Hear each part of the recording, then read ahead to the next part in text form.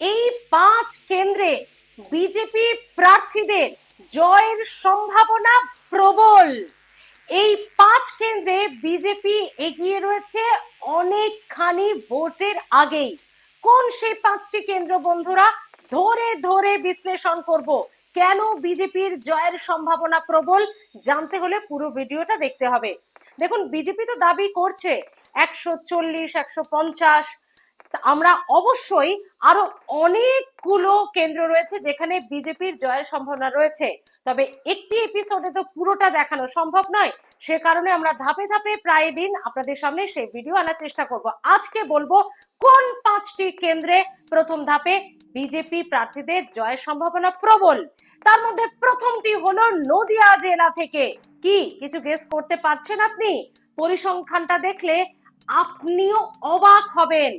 নদিয়া জেলা থেকে রানাঘাট উত্তর পূর্ব কেন্দ্র, হ্যাঁ, রানাঘাট উত্তর পূর্ব কেন্দ্রে বিজেপি প্রার্থীর জয়ের সম্ভাবনা প্রবল। আপনাদেরকে যদি পরিসংখ্যানটা দেখায়, 2011-তে তৃণমূল কংগ্রেসের দখলে ছিল রানাঘাট উত্তর পূর্ব, 2016-তেও তৃণমূল কংগ্রেসের দখলে ছিল রানাঘাট উত্তর পূর্ব, কিন্তু 2021-এ বিজেপি রানাঘাট উত্তর পূর্বকে দখল করলো। শুধু তাই নয়, ভোট কত শতাংশ বাড়িয়েছে আপনারা জানেন? 50%। অসীম বিশ্বাস 2016-তে বিজেপি প্রার্থী যে ভোট পেয়েছিলেন তার থেকে 2021-এ 50% ভোট বাড়িয়েছেন এই রানাঘাট উত্তর পূর্বে। এবং তৃণমূল কংগ্রেসের সঙ্গে 2021-এ তার ব্যবধান ছিল 15%-এরও বেশি। ভাবুন একবার, এই পার্থক্যটা মেটানো প্রায় অসম্ভব মনে করছেন রাজনৈতিক বিশ্লেষকদের একাংশ, কারণ সেই অসীম বিশ্বাসকেই বিজেপি আরো একবার প্রার্থী করেছে 2026-এও। 2021-এ চটপট বলেনি, অসীম বিশ্বাস ভোট পেয়েছিলেন 1,16,786টি, মানে 54.39%। তৃণমূল কংগ্রেস প্রার্থী ভোট পেয়েছিলেন 85,004, এই ভোট তিনি পেয়েছিলেন সেখানে 39.59%। দুজনের ব্যবধান, মানে অসীম বিশ্বাস তৃণমূল প্রার্থীকে পেছনে ফেলে 15% ব্যবধানে জিতেছিলেন। 1 নম্বর কেন্দ্র বললাম। দ্বিতীয় নম্বর কেন্দ্র যা বিজেপির জয়ের সম্ভাবনা প্রবল, বালুরঘাটে চলে যেতে হবে একটু আমাদেরকে। বালুরঘাট কেন্দ্রে কত শতাংশ ভোট বাড়িয়েছেন বিজেপি বিধায়ক 2021-এ 2016 থেকে জানেন? 36%। এবং জয়ের ব্যবধানটা ছিল 10%, প্রায় 10%। এবং 2016-তে 3 নম্বর পজিশনে, থার্ড পজিশনে ছিল বিজেপি। ভাবুন একবার, 5 বছর পর থার্ড পজিশন থেকে সেকেন্ড নয়, সেকেন্ড থেকে ফার্স্ট নয়, একেবারে প্রার্থী হয়ে বিধায়ক হলেন বিজেপির অশোক কুমার লাহিড়ী। মানে 2011-তে এই কেন্দ্রের সমীকরণটা একটু জেনে নিন, আপনাদের শুনতেও ভালো লাগবে। 2011-তে তৃণমূল কংগ্রেস, 2016-তে আরএসপি, যেখানে 2016-তে 3 নম্বর পজিশনে ছিল বিজেপি প্রার্থী, আর 2021-এ সেই বিজেপি চলে গেল একেবারে বিধায়ক হয়ে। 36% ভোট বাড়িয়েছিলেন 2016 থেকে 2021-এ বিজেপি। এখানে জয়ের ব্যবধান ছিল 10%। যদিও এবার টাফ ফাইট হলেও বিজেপি এই কেন্দ্রে জয়লাভের সম্ভাবনা প্রবল।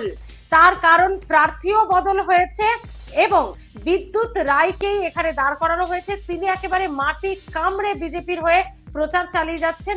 আর এই সিটকে 2011-তে তো তৃণমূল ছিল, আবারও পুনর্দখল করতে সেই পুরনো সৈনিকের ওপরই ভরসা রেখেছে তৃণমূল। অর্পিতা ঘোষ এই এলাকারই তিনি সাংসদ ছিলেন একটা সময়, এবং সেই অর্পিতা ঘোষকে এবার বিধানসভায় লড়ানোর জন্য টিকিট দিয়েছে তৃণমূল কংগ্রেস। তো বালুরঘাট যতই হোক বিজেপির দখলে থাকার সম্ভাবনায় ব্যাপক। এবার আরেকটি কেন্দ্র, 3 নম্বর কেন্দ্র যা বিজেপির দখলে থাকতে পারে বলে জোরালো সম্ভাবনা, মাথাভাঙা। মাথাভাঙাতে কত শতাংশ ভোট 2016 থেকে 2021-এ বিজেপি প্রার্থী বাড়িয়েছে জানেন? 37%, মানে বালুরঘাটের থেকেও বেশি। বালুরঘাটে বললাম 36, মাথাভাঙাতে 2016 থেকে 2021-এ বিজেপি প্রার্থী ভোট বাড়িয়েছেন 37%। তৃণমূল কংগ্রেসকে হারিয়ে বিজেপি জয়লাভ করেছে 2021-এ মাথাভাঙা বিধানসভায়, এবং জয়ের ব্যবধানটাও এখানে বালুরঘাটের থেকে বেশি, 12%। বালুরঘাটে ছিল 10, এখানে 12, মানে 12% ডিফারেন্স। 37% ভোট বাড়ানো হয়েছে 2016 থেকে 2021-এ। সুশীল বর্মন 2021-এ বিজেপির বিধায়ক, তিনি ভোট পেয়েছেন 1,13,249, 52.87%, এবং তৃণমূল কংগ্রেস প্রার্থী এখানে ভোট পেয়েছেন 87,115, 40.67%, 12%-এর কাছাকাছি ব্যবধান। অর্থাৎ এখানেও কিন্তু এই ব্যবধানটা মেটাতে পারবে কি এবার তৃণমূল কংগ্রেস বা অন্য কোনো প্রার্থী? না। রাজনৈতিক বিশ্লেষকদের একাংশ মনে করছে বিজেপির জয়ের সম্ভাবনা এখানে ব্যাপক, কারণ সংগঠনটা এখানে অসাধারণ। এর পরের কেন্দ্রটি দারুণ ইন্টারেস্টিং কেন্দ্র, খড়গপুর সদর। হ্যাঁ, ইন্টারেস্টিং এ কারণেই বলছি, 2011-তে তৃণমূল কংগ্রেসের যে জোট ছিল সেই জোট প্রার্থী এখানে বিধায়ক হয়েছিলেন। 2016-তে দিলীপ ঘোষ এখানে বিধায়ক হয়েছিলেন। 2019-এ বাই ইলেকশন হয়েছিল, তৃণমূল এখানে জিতে গিয়েছিল। আবার 2021-এ হিরণ চট্টোপাধ্যায়ের হাত ধরে খড়গপুর সদর জিতেছে বিজেপি। বারবার কিন্তু ওলট পালট হয়েছে খড়গপুর সদরে। এবার খড়গপুর সদরকে নিশ্চিত করতে একেবারে দুধে রাজনীতিক তথা মেদিনীপুরেরই ছেলে, একদম এই খড়গপুর সদরকে যিনি হাতের তালুর মতো চেনেন, দিলীপ ঘোষকে প্রার্থী করেছে বিজেপি। রাজনৈতিক বিশ্লেষকদের একাংশের মতে প্রার্থী বদল, হিরণকে সরিয়ে দিলীপ ঘোষকে আনার কারণটাই এটা, যে যদিও বা কিছুটা এই কেন্দ্রটা চলে যাওয়ার সম্ভাবনা থাকে, সেটাকেও আর বিজেপি রাখেনি। দিলীপ ঘোষ মানে শিওর শট খড়গপুর সদর বিজেপির, এমনটাই মনে করছে বিজেপি নেতৃত্ব। কারণ অমিত শাহ যখন প্রচারে বেরোলেন দিলীপ ঘোষের হয়ে, মানুষের ঢল দেখেছিলেন। জনসমুদ্র বলা যেতে পারে খড়গপুর সদরের, পথে পথে জনসমুদ্র, মানুষের ঢল। যদিও হাড্ডাহাড্ডি লড়াই করে হিরণ এখানে জিতেছিল, সে কারণেই আর রিস্ক নিল না বিজেপি শীর্ষ নেতৃত্ব। একেবারে খড়গপুর সদরে সেই পুরনো সৈনিক, পুরনো সেনাপতিকে নামিয়ে দিল।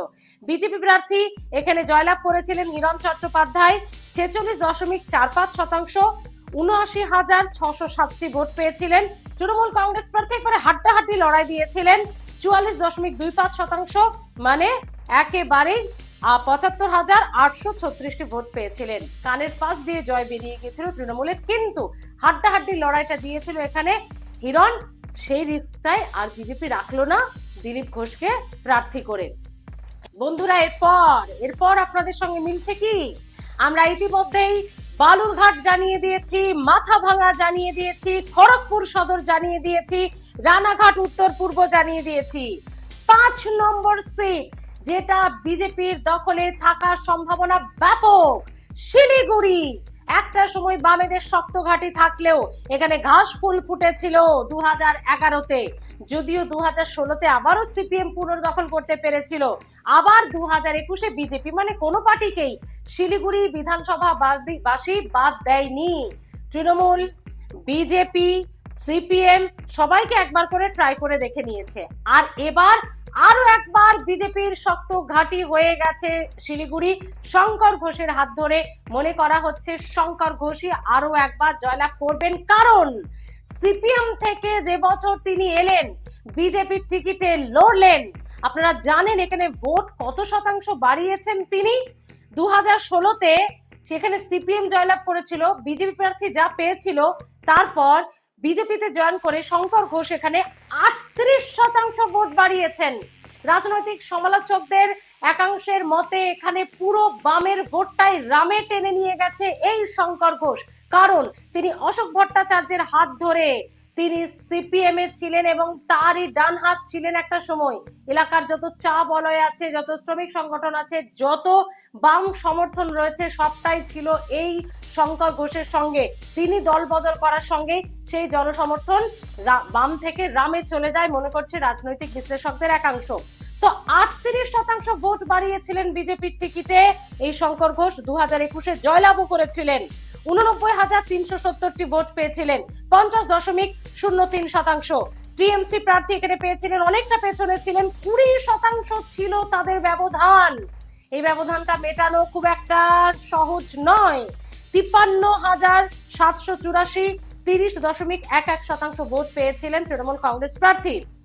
শঙ্কর ঘোষ তৃণমূল কংগ্রেস প্রার্থীকে হারিয়েছিলেন 20% ভোটের ব্যবধানে।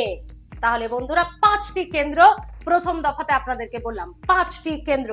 আরো একবার বলে দিই, বালুরঘাট, মাথাভাঙা, খড়গপুর সদর, রানাঘাট উত্তর পূর্ব, শিলিগুড়ি, এই 5টি কেন্দ্র বিজেপির দখলে থাকার সম্ভাবনা ব্যাপক। এবার আপনারা বলবেন বিজেপি তো দাবি করছে 150-র কাছাকাছি, 5টা কেন বললাম? আমরা ধাপে ধাপে এই ভিডিওগুলো আনার চেষ্টা করব, কারণ একদিনে গোটা বিশ্লেষণটা করলে 2-3 ঘন্টা সময় লেগে যাবে, আপনাদের এত সময় নেই ভিডিও দেখার।